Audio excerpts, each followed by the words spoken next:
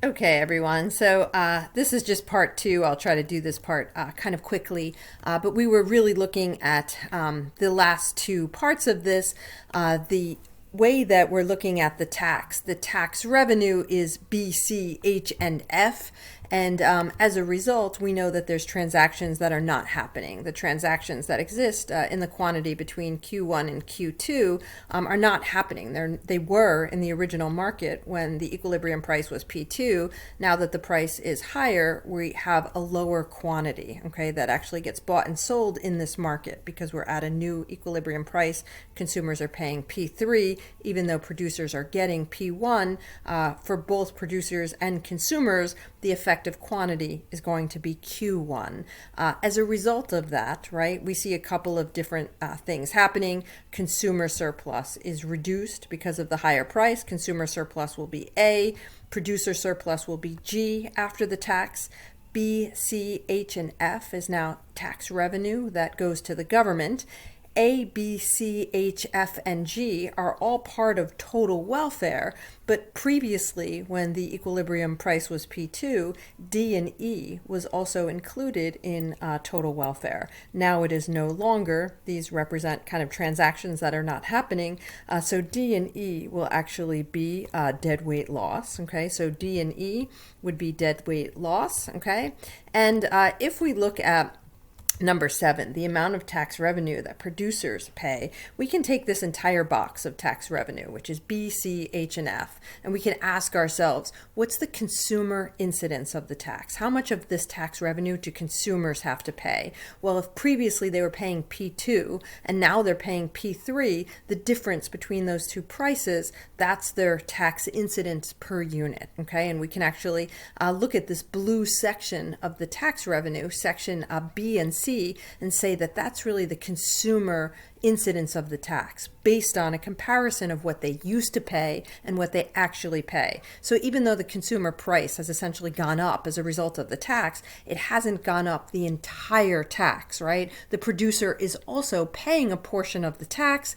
H and F is the producer portion of the tax because the difference between P2 and P1. The producer used to get P2, now they get P1. So H and F is actually the producer incidence of the tax. And the shape of these curves make a lot of difference. If the curves were much more vertical than, say, horizontal, the incidence of the tax can vary. Some products, the incidence of the tax is much more so on the consumers. The producers can largely pass on the cost of the tax to the consumer, and consumers will still buy the product. Sometimes when the producer passes along the tax, consumers stop buying the good completely because now there is an increased price. Okay, so it does depend on the good. That's something that we look at later on in the course. Okay, so let's kind of go to one more example, and then we'll look at this and practice this in class. Okay, in this case, a little awkward because the numbers and the points aren't like perfect, right? But we have a demand curve. It's a little more vertical in this case,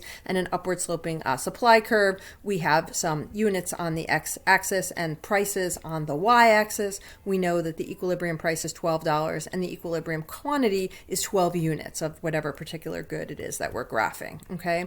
If we were to have a tax, so now notice we have the supply curve and the supply subtax, right? The supply curve with the tax. We can tell the dollar amount of the tax. If I were to look at this point here, and let's say, I know my numbers are not perfectly situated, but say that $11 is the dollar amount at the unit quantity of 10, we might say that the per unit tax is $3, right? Because the difference between 14 and 11 is $3. Okay, so anywhere between these two supply curves should be a $3 difference. Okay, and now we want to get a sense of, how much is the tax revenue that the government's getting for each of the units that's produced, how much is the government getting, and then also how much of the tax revenue is going to the producers, how much of the tax is being borne by the producers, how much of the tax revenue is being borne by the consumers, okay? So the new price of $14 is essentially what the consumers pay, okay? So this price is largely a consumer price. Consumers used to pay $12. Now they're paying $14, okay? So the consumer burden of the tax is going to be $2 per unit. I can look at this large rectangle right here, and I can say this rectangle right here, this is going to be my tax revenue for the $3 tax, okay, times the quantity of 10 at this new equilibrium here of $14. The quantity bought and sold in the market is only 10, okay? So with 10, say, packs of cigarettes at a $3 tax, I know my tax revenue is going to be $30. That's how much the government is collecting. How much of that is being borne by the consumer? Well, the consumer is purchasing 10 packs of cigarettes and is paying an additional $2, okay? So the consumer burden, in a sense, is $20 if we wanted to put it in dollar amounts, or we could look at this portion right here of the tax revenue, okay? So $20 of the total $30. The producer, on the other hand, is getting $1 less for every single of the 10 units compared to what they had before, okay? I can still look at the consequence of deadweight loss, okay? I'll make deadweight loss green here. This triangle here is deadweight loss. This is lost consumer and producer surplus. It is not going toward now consumer surplus. It is not going toward producer surplus, and it is not going toward the government. Okay, so this area here is all still welfare, producer surplus, consumer surplus, or the tax revenue, but deadweight loss is lost consumer and producer surplus. This is an inefficient market. The 10 that is produced in this market is not allocatively efficient. That quantity would be 12, okay?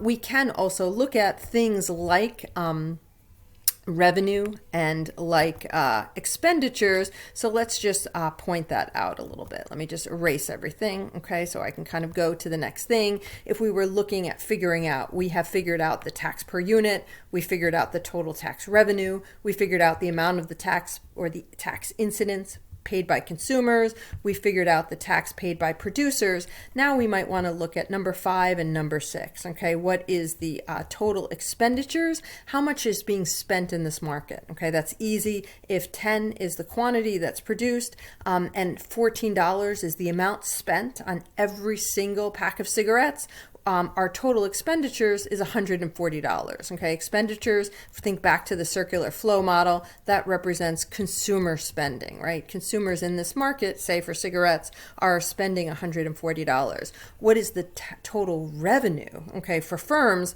the revenue is how much is the firm getting, okay? And that's something a little bit different. The firm might be getting $11, okay, so for every single pack of cigarettes that gets sold, the firm might be getting $11. So the total revenue is $111, okay, that's basically what the $110 rather, that's what the firm is bringing in. And the difference between these two, you know, we know that consumers are spending 140, firms are getting 110. What's the difference here is the $30 that the federal government's getting. They're taking some of the consumer expenditures, okay? The way that we look at tax incidence is how is the producer and the consumer doing in relation to where they were before the tax, okay? The reason we know that the consumer is bearing a higher burden of this tax is because they're bearing $2 of the tax.